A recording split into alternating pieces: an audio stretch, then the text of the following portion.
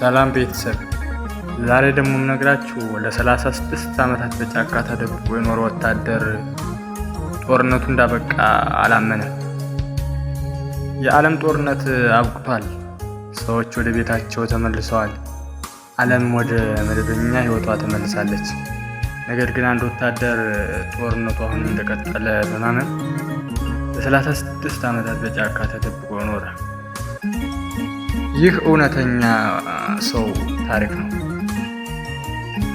የዚህ ሰው ስም ሺኖኦይ ኦዳ ነው።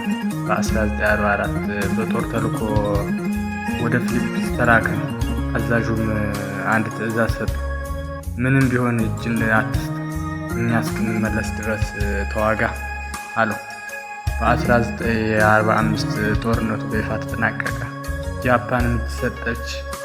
ነገር ግን ኦኖዳ ይህን አላመንም። ከአውሮፕላን የሚጣሉ ወረቀቶችን የጠላት ማታለያ ናቸው ብሎ ያስብ ነበር።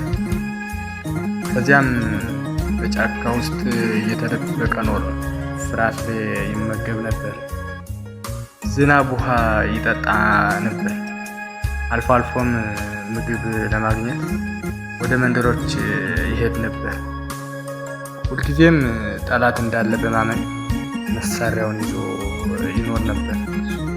ከብዙ ዓመታት በኋላ ብዙ ሰዎች እሱን ለመፈለግ ሞክሩ፣ ግን ማንም አላመንም።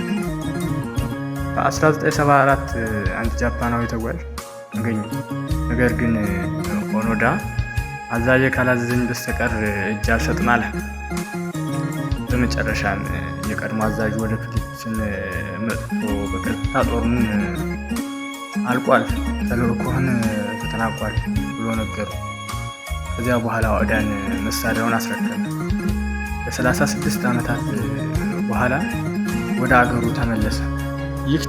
ይህ ታሪክ የሚያሳየን የታማኝነት ትዕዛዝና የሰው እምነት አስደናቂ ምሳሌ ነው። አንዳንድ ጊዜ የምናምነው ነገር እውነቱ እንዳናይ ሊያደርገን ይችላል። ይህን ታሪክ እንዴት አየኸው? አስተያየትህን ከታች ጻፍልኝ። ተጨማሪ እውነተኛና አስገራሚ ታሪኮችን ለማግኘት ቻናሉን ሰብስክራይብ በማድረግ ቤተሰብ ይሁኑ። እወዳችኋለሁ። ባይ